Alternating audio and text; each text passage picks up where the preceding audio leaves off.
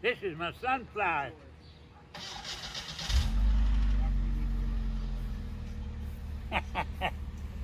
It'll get 18 feet tall. The stump will be 5 inches in diameter, and the flower will be lucky to drop down inside of a bushel basket when it's grown. And but the wind could blow it over. And this is cabbage. This is cabbage. I've got early cabbage, late cabbage, and he has 7. there's 8 of them. Oh, 8. Yeah. Oh, okay. I see it. Yeah. Then And this is just outside the front porch. right out in the middle of the front yard. Now this is my biggest and best tomato plant. You see the baby tomatoes coming on. What variety is this? This is a celebrity. That's a celebrity Yeah, or a beef master? No. That's celebrity. it's a celebrity. Wow. It's the prettiest tomato on the farm. It's the biggest. I've really pushed it. I gave it a lot of chemicals and all kinds of mixture. There's 4 or 5 things that and potting soil. You have to feed these things. Now look how nice and dark. Now, this is a mustard. Look how it's green, but look how pretty and dark green the tomato is. Epsom salts is what makes it dark green. And look what big stems it's got.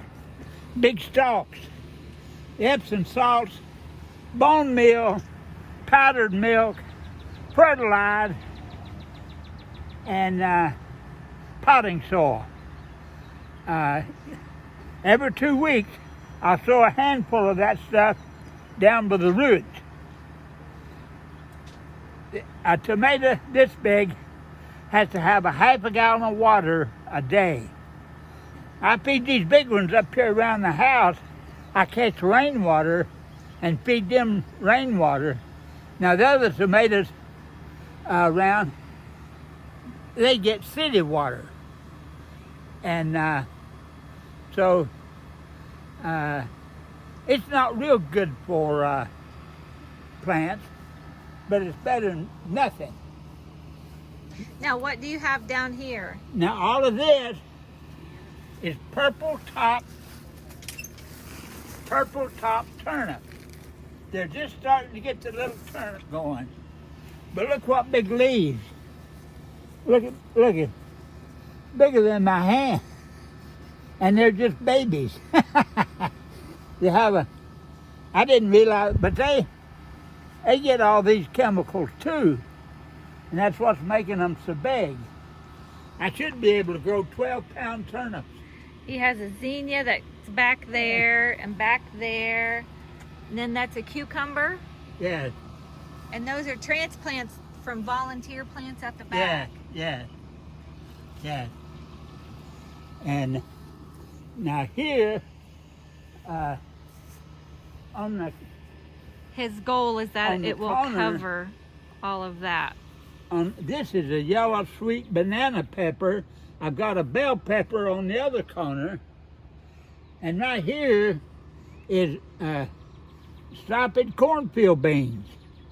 They'll go up this post and go across and over to the other posts. I've got them going up and they'll meet in the middle. This place will look like a jungle by the 1st of August. We'll check in and see.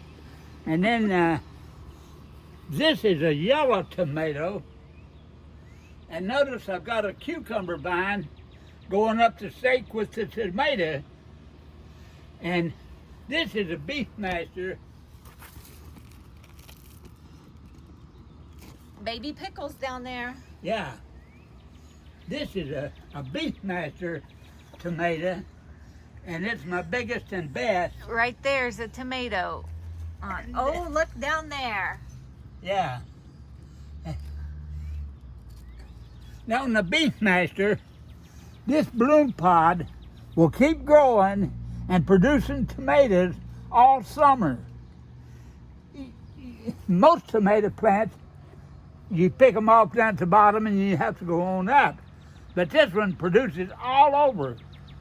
Like this plant could produce a good at least 4, maybe 5 bushel. They get to be big old things. And More turnip, purple top turnip. yeah, right down here to Oh yeah, I can see it right there if I Yeah. spoon it back. just a baby. Yeah, let's cover that back up. But the hot weather don't kill them. Now keep them watered good. And this whole thing was filled up with regular garden dirt, good dirt. And then fertilize and all this stuff. I push them as hard as I can push them without killing them. Pepper, cabbage. Now this cabbage is special. On the package, they're supposed to grow to be 70 pounds. I'm pushing this one. I think I can get 80. By September, that cabbage will be laying on this old grinding stone, and it'll weigh 80 pounds. Let's walk the fence line. Okay.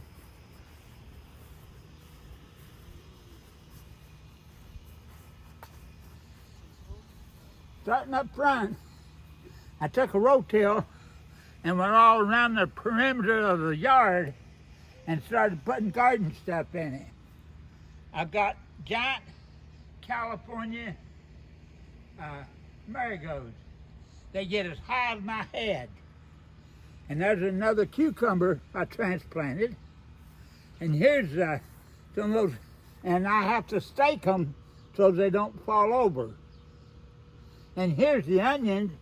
You stick an old onion set anywhere and grow onions. And then I keep putting cabbage.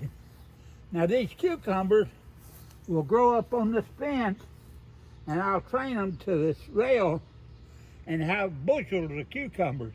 Yeah, I like that. Dad has some redbirds and mourning doves that you can constantly see coming out here to get water. This is a thing that it came from Georgia, Ringo, Georgia. And this is my two watering things for birds and squirrels. No peaches. And this peach tree is 5 years old. It had bloom this year, but a cold snap killed every one of them. So it's, let me show you how much this peach tree has grown.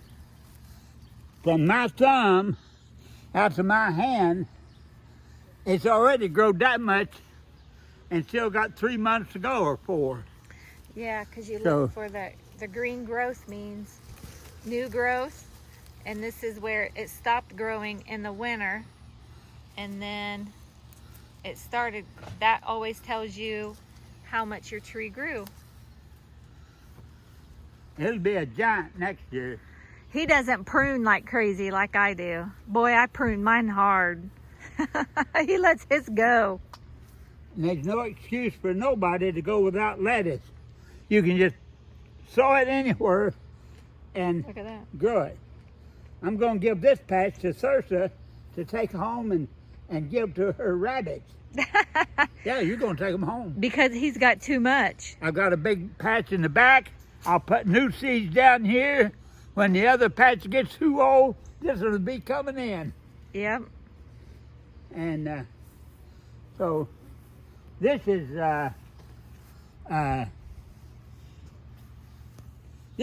another Beefmaster, and another And you marigold. also notice Dad doesn't prune the heavy on the bottom, and I prune heavy. Boy, I was going to town today. Dad doesn't. total different growing styles, we still both end up with produce. It's going to be fun to compare my hard pruning compared to your not, and what we end up with as far as disease and all kinds of stuff. On growing a tomato, it's important to have what they call foliage. The more green stuff you've got, is the bigger the plant and the bigger and better the tomatoes.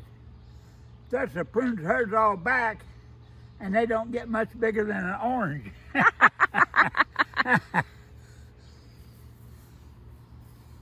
Now right here is a special thing. I had a lettuce. Wait, what's up with this one? It's wind blew it. Oh. Yeah. We brought you cages that I'm not using. Good. Now right here's a special. There was a lettuce bed here. It got too old and tough. I left 2 plants and I'll stake it and it'll get this high and have lettuce seed and make seeds. And then in the fall, I can have enough lettuce seed to do 5 years. But you have to keep your seeds in a deep freeze at 10 below zero. This is a celebrity, and it finally started growing, and it's just doing real pretty. And the one right behind Circe is a sister to it, and it's a fine tomato.